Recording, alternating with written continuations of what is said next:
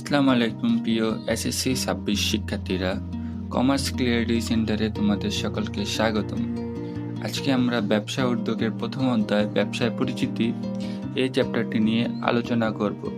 এই চ্যাপ্টারটির আমরা বেসিক থেকে অ্যাডভান্স লেভেল পর্যন্ত পড়ার চেষ্টা করব, যাতে তোমাদের এই চ্যাপ্টারে আর কোনো প্রকার সমস্যা না থাকে। তাহলে চলো আজকের ক্লাসটি শুরু করা যাক।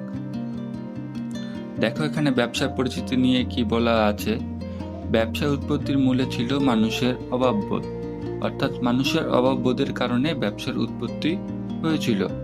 অভাব পূরণের লক্ষ্যে মানুষ বিভিন্ন অর্থনৈতিক কর্মকাণ্ডের মাধ্যমে উপার্জন প্রতিষ্ঠায় জড়িত ছিল, অর্থাৎ মানুষ বিভিন্ন অর্থনৈতিক কর্মকাণ্ডের মাধ্যমে উপার্জন করত।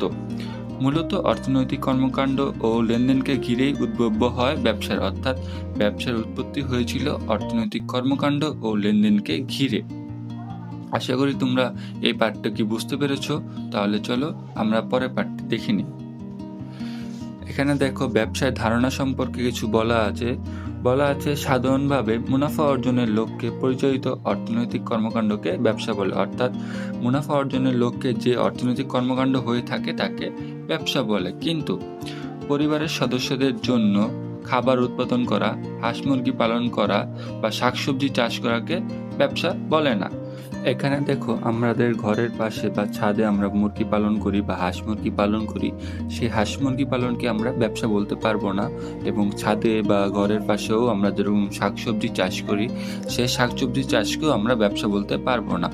কিন্তু এইগুলোকে যদি আরো বড় পরিসরে করা হয়, অর্থাৎ খামার আকারে যদি আমরা হাঁস মুরগি পালন করি, তাহলে সেখানে আমাদের মুনাফা অর্জনের লক্ষ্য থাকবে, তাহলে ওটা আমরা ব্যবসা বলতে পারবো। এবং এটাকেও আমরা যদি বড় ক্ষেতে আমরা চাষ করি, বড় ক্ষেতে চাষ করলে আমরা বাজারে বিক্রি করব, বাজারে বিক্রি করার ফলে আমাদের মুনাফা হবে, অর্থাৎ লাভ হবে।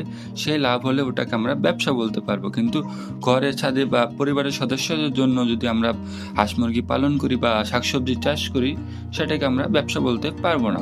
তাহলে চলো আমরা পরবর্তীতে দেখে নিই কি আছে। এখানে দেখো বলা আছে ব্যবসার আরেকটি বৈশিষ্ট্য হলো এর সাথে ঝুঁকির সম্পর্ক, অর্থাৎ ব্যবসার সাথে ঝুঁকির সম্পর্ক রয়েছে। মূলত মুনাফা অর্জনের আশাতে ব্যবসায়ীরা অর্থ বিনিয়োগ করে, অর্থাৎ মুনাফা অর্জনের আশাতেই ব্যবসায়ীরা অর্থ বিনিয়োগ করে থাকে। ব্যবসায় আরেকটি গুরুত্বপূর্ণ দিক হলো এতে নৈতিকতা ও সামাজিক দায়বদ্ধতা বিষয়টি বিবেচনা করতে হয়, অর্থাৎ আমরা যে ব্যবসা হলো একটি সামাজিক প্রতিষ্ঠান এবং এখানে আমাদের নৈতিকতা ও সামাজিক দায়বদ্ধতা বিষয়টি বিবেচনা করতে হবে। তাহলে চলো দেখি পরবর্তীতে কি দেওয়া আছে।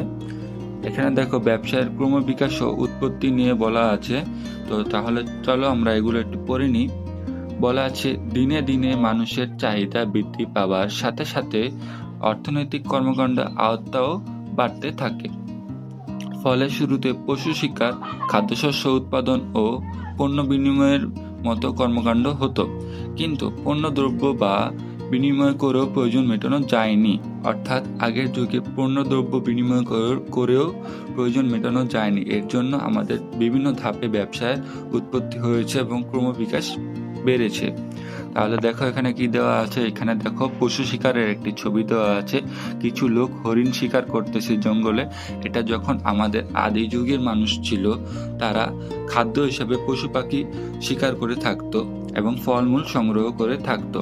পরবর্তীতে দেখো এখানে দেওয়া আছে আগের যুগের মানুষরা মহিষ বা গরু দিয়ে হাল চাষ দিত এবং কৃষকরা ধান চাষ করত। এই ধান চাষ করে তারা চাল উৎপাদন করত বা খাদ্যশস্য উৎপাদন করত। এরপরে আমাদের এখানে দেখো পণ্য বিনিময়ের একটি মাধ্যম দেখানো হচ্ছে, যে একজন পেয়ারা দিয়ে এবং আরেকজন চাল দিয়ে পণ্য বিনিময় করতেছে।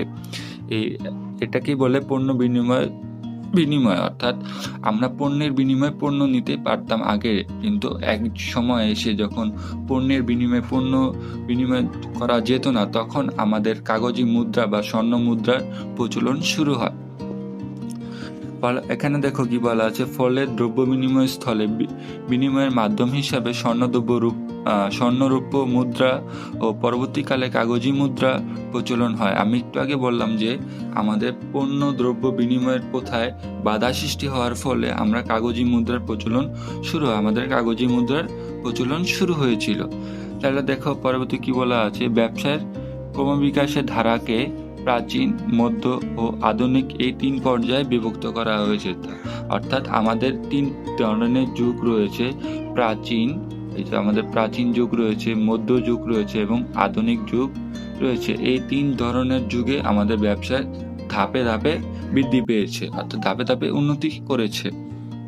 তাহলে চলো আমরা এই 3টি ধাপ দেখে নিই এখন। দেখো, এখানে প্রাচীন যুগের কথা বলা আছে। আমাদের প্রাচীন যুগে কি কি হতো? আমাদের প্রাচীন যুগে পশু শিকার হতো, মৎস্য শিকার হতো, ফলমূল আহরণ হতো, কৃষিকার্য হতো এবং দ্রব্য বিনিময় হতো। দেখো, এখানে তোমাদের ছবিতে দেওয়া আছে। দেখো, আমাদের পশু শিকার হতো, এখানে পশু শিকার হতো, খাদ্যদ্রব্য উৎপাদন হতো, খাদ্য উৎপাদন করা হতো এবং পণ্য বিনিময় বা দ্রব্য বিনিময় করা হতো। পরবর্তীতে দেখো, এখানে মধ্যযুগে কি বলা আছে? বিনিময়ের মাধ্যম হিসাবে দুষ্প্রাপ্য শামুক, ঝিনুক, কুড়ি ও পাথর ব্যবহার করা হতো। বিনিময়ের মাধ্যম হিসাবে স্বর্ণ, রৌপ্য ও অন্যান্য ধাতব মুদ্রা ব্যবহার হতো। পরে কাগজি মুদ্রার প্রচলন, বাজার ও শহর সৃষ্টি এবং ব্যবসায়ী গঠনের উদ্ভব হয়। দেখি, এখানে আমাদের কিছু ছবি দেওয়া আছে। এখানে দেখো, এই যে আমাদের এগুলো হলো আমাদের স্বর্ণ মুদ্রা, যা আগের যুগে রাজা মহারাজারা ব্যবহার করতেন। আমরা অনেক ক্ষেত্রে এগুলোকে দেখেছি। এখানে দেখো, কিছু শামুক এবং ঝিনুক দেওয়া আছে। এই শামুক ও ঝিনুকের মাধ্যমেও আমাদের বিনিময় হতো। আবার এখানে দেখো, কিছু পাথরের ছবি দেওয়া আছে। কিছু বিশেষ পাথর ছিল আগে, ওই পাথরের মাধ্যমে আমাদের দ্রব্য বিনিময় বা পণ্য বিনিময় হতো, আমাদের লেনদেন হয়ে থাকতো। এরপরে দেখো, আরো মুদ্রা আসলো। আমাদের কয়েন সিস্টেমের কিছু মুদ্রা, তারপর কাগজি সিস্টেমের কিছু মুদ্রা আমরা পেয়েছি। বর্তমানে আমাদের কাগজি সিস্টেমের মুদ্রাগুলো প্রচলিত রয়েছে। দেখো, এখানে আধুনিক যুগে কি বলা আছে? শিল্প বিপ্লব ও তথ্য ও যোগাযোগ প্রযুক্তির উন্নয়ন। অর্থাৎ আধুনিক যুগে আমাদের শিল্প বিপ্লব হয়েছে এবং তথ্য ও যোগাযোগ প্রযুক্তির উন্নয়ন হয়েছে। পরে বিভিন্ন শিল্প কারখানার বিকাশ ঘটেছিল। অর্থাৎ আধুনিক যুগে এসে আমাদের বিভিন্ন শিল্প কারখানার বিকাশ ঘটেছে। পরে এখানে দেখো কি বলা আছে? বৃহদায়তন উৎপাদন ও বন্টন ব্যবস্থার প্রচলন ছিল। অর্থাৎ আধুনিক যুগে এসে বৃহদায়তন উৎপাদন ও বন্টন ব্যবস্থার প্রচলন হয়। ব্যাংক ও বীমা ব্যবস্থার সম্প্রসারণ হয়। অর্থাৎ ব্যাংক ও বীমা ব্যবস্থা সম্প্রসারণ হয়, অর্থাৎ বৃদ্ধি পায়। ব্যাংক এবং বীমা ব্যবস্থা আরো বৃদ্ধি পায় আগের থেকে। এটিএম কার্ড প্রচলন ও মোবাইল ব্যাংকিং প্রচলন হয়। অর্থাৎ আধুনিক যুগে এসে এটিএম কার্ড ও মোবাইল ব্যাংকিং এর প্রচলন। দেখো, এই ছবিটি হলো আমাদের ইউরোপের শিল্প বিপ্লবের একটি ছবি। অর্থাৎ ইউরোপে যখন শিল্প বিপ্লব হয়েছিল তখনকার একটি ছবি এটি, এবং পাশে আমাদের দেওয়া আছে তথ্য ও যোগাযোগ প্রযুক্তির উন্নয়ন। অর্থাৎ বর্তমানে আমরা তথ্য ও যোগাযোগ প্রযুক্তির উন্নয়নের একটি প্রভাব দেখতে পাচ্ছি। তাহলে দেখো, এখানে পরবর্তীতে আমাদের দেওয়া আছে শিল্প কারখানার বিকাশ। অর্থাৎ আমাদের এখানে বাংলাদেশে যেখানে শিল্প কারখানার বিকাশ হয়েছে সেই শিল্প কারখানার বিকাশের একটি ছবি দেওয়া আছে এবং এখানে বীমা ও ব্যাংক ব্যবস্থার একটি সম্প্রসারণ দেওয়া আছে। আমাদের বীমা ও ব্যাংক ব্যবস্থার সম্প্রসারণ হয়েছিল আধুনিক যুগে। পরবর্তী দেখো, এখানে এটিএম কার্ড আমরা পেয়েছিলাম আধুনিক যুগে এসে। আমাদের এটিএম কার্ডের ফুল ফর্ম হলো অটোমেটেড টেইলার মেশিন। আশা করি তোমরা এই পাঠটুকু ভালোভাবে বুঝতে পেরেছো। তাহলে চলো আমরা পরবর্তী পাঠটি দেখে নিই। এখানে দেখো, ব্যবসায় আওতা ও প্রকারভেদ সম্পর্কে কিছু বলা আছে, সেগুলো আমরা একবার পড়ে নিই। বর্তমান ব্যবসা শুধু পণ্য দ্রব্য ক্রয় বিক্রয়ের মধ্যে সীমাবদ্ধ নয়। পণ্য দ্রব্য ও সেবা কর্ম উৎপাদন, পণ্য বিনিময় ও এর সহায়ক কাজের সমষ্টিকে ব্যবসা বলে। অর্থাৎ ব্যবসার আরেকটি সংজ্ঞা আমরা এখানে দেখতে পাচ্ছি যে পণ্য দ্রব্য, সেবা কর্ম উৎপাদন, পণ্য দ্রব্য বিনিময় ও এর সহায়ক কাজের সমষ্টিকে ব্যবসা বলে। পণ্য দ্রব্য বিনিময় সংক্রান্ত সহায়ক কাজে পরিবহন, বীমা, ব্যাংকিং, গুদামজাতকরণ ও বিজ্ঞাপন গুরুত্বপূর্ণ ভূমিকা পালন করে। আধুনিক ব্যবসাকে 3 ভাগে ভাগ করা হয়েছে। তাহলে চলো আমরা আধুনিক ব্যবসাকে যে 3 ভাগে ভাগ করা আছে সেগুলো দেখিনি।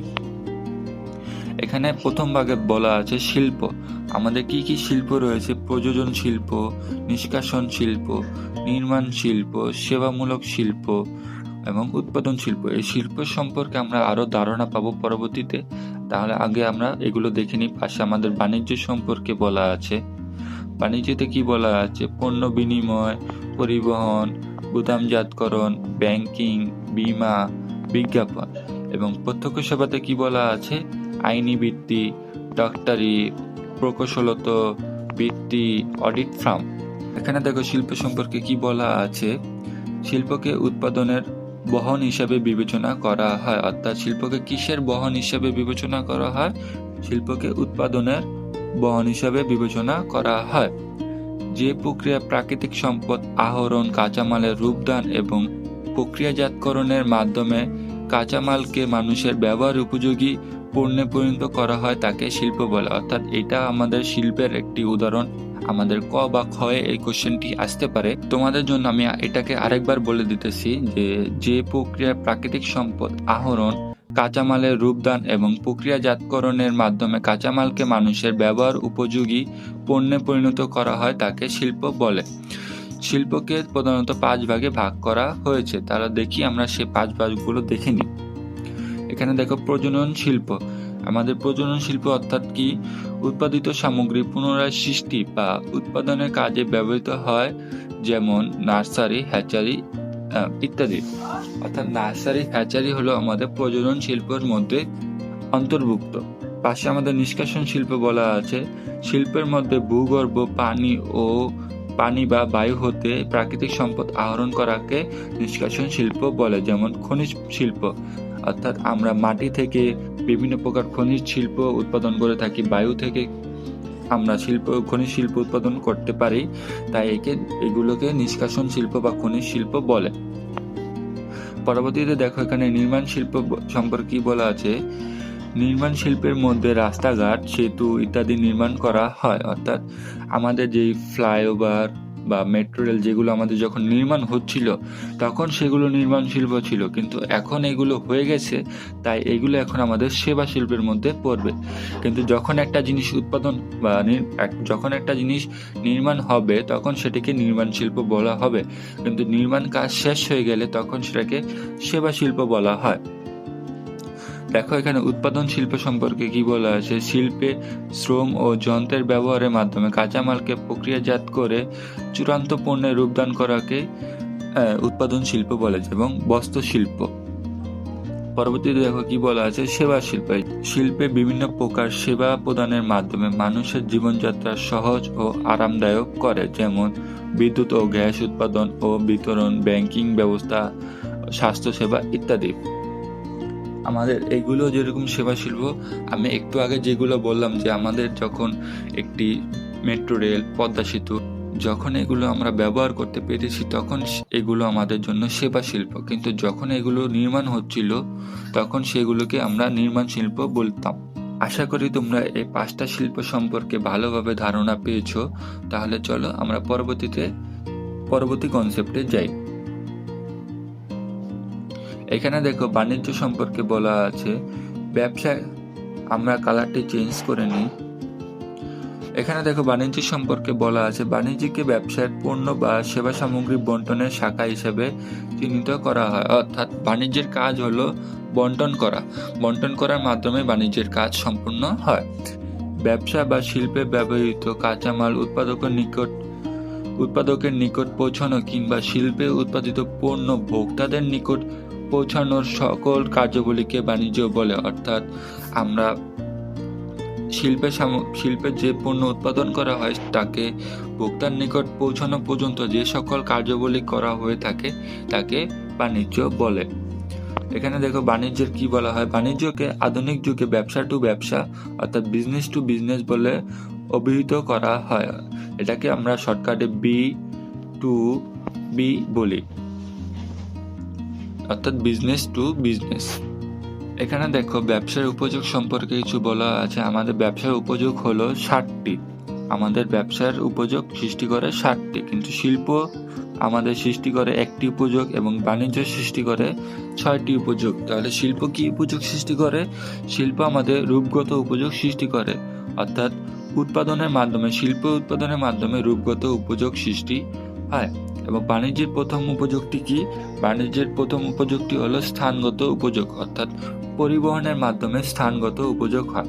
অর্থাৎ আমাদের একটি পণ্য ঢাকা থেকে সিলেটে যদি আমরা নিয়ে যাই, তাহলে ঢাকা থেকে সিলেটে নিয়ে যাওয়ার জন্য আমাদের প্রয়োজন হবে, পরিবহনের মাধ্যমে আমরা এক স্থানের থেকে অন্য স্থানে যেতে পারি।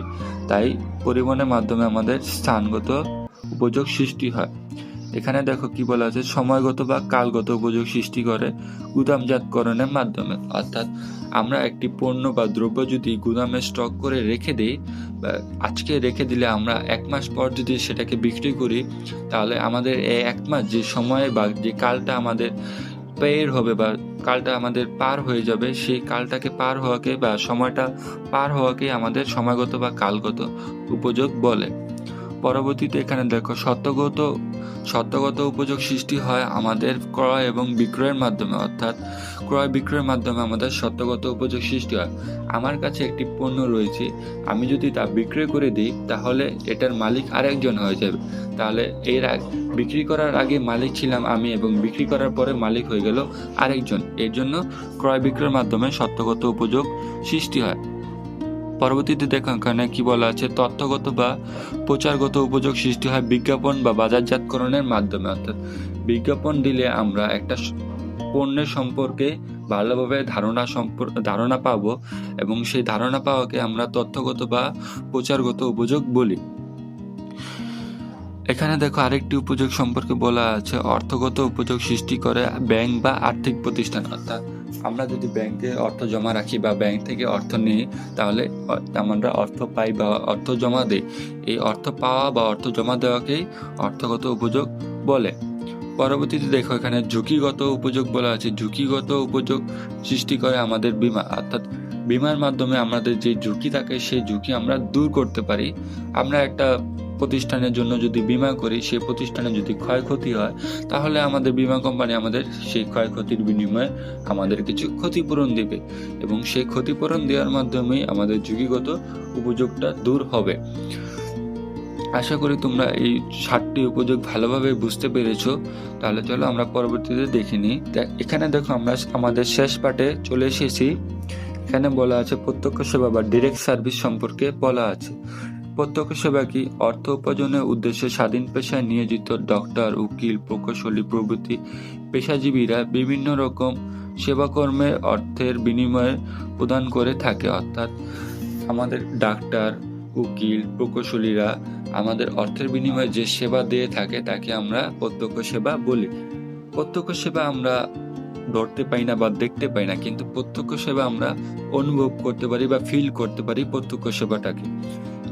আমাদের যেমন ডক্টর যখন আমাদের চেক আপ করে, সেটা হলো প্রত্যক্ষ সেবা। কিন্তু ডক্টর চেক আপ করতেছে, এটা আমরা ধরতে পারি না। যে ডক্টর আমাদের কিছু বলতেছে, তা আমরা ধরতে পারি না, কিন্তু সে তা কি বলতেছে, কি করতেছে, তা আমরা অনুভব করতে পারি। তাই এটাকে প্রত্যক্ষ সেবা বলে। এই সকল সেবা কর্ম বা বৃত্তিকে প্রত্যক্ষ সেবা হিসেবে পরিচিত। এখানে দেখো আরো কিছু উদাহরণ দেওয়া আছে। বলা আছে যেমন ডাক্তারি ক্লিনিক, আইনি চেম্বার, প্রকৌশলী ফার্ম, অডিট ফার্ম ইত্যাদি প্রত্যক্ষ সেবার আধুনিক ব্যবসা একটি গুরুত্বপূর্ণ শাখা। অর্থাৎ ডক্টরের ক্লিনিক, আইনি চেম্বার, প্রকৌশলী ফার্ম, অডিট ফার্ম ইত্যাদি প্রত্যক্ষ সেবার মধ্যে অন্তর্ভুক্ত। তাহলে আশা করি আজকের ক্লাসে তোমরা মনোযোগ দিয়ে করতে পেরেছো এবং সব কনসেপ্ট ভালোভাবে বুঝতে পেরেছো। যদি তোমাদের আজকের ক্লাস করার পরেও কোনো সমস্যা থাকে, তাহলে কমেন্ট বক্সে তোমাদের সমস্যাগুলো আমাকে জানাবে, অথবা আমাকে পার্সোনালি নক দিলে আমি তোমাদের সমস্যাগুলো সমাধান করে দেব। আমরা পরবর্তীতে এই চ্যাপ্টারের অন্য একটি পার্টে দেখা করব। তাহলে চলো আজকের ক্লাসটি এখানেই সমাপ্ত। আশা করি তোমরা ভালো থাকবে। আল্লাহ হাফেজ।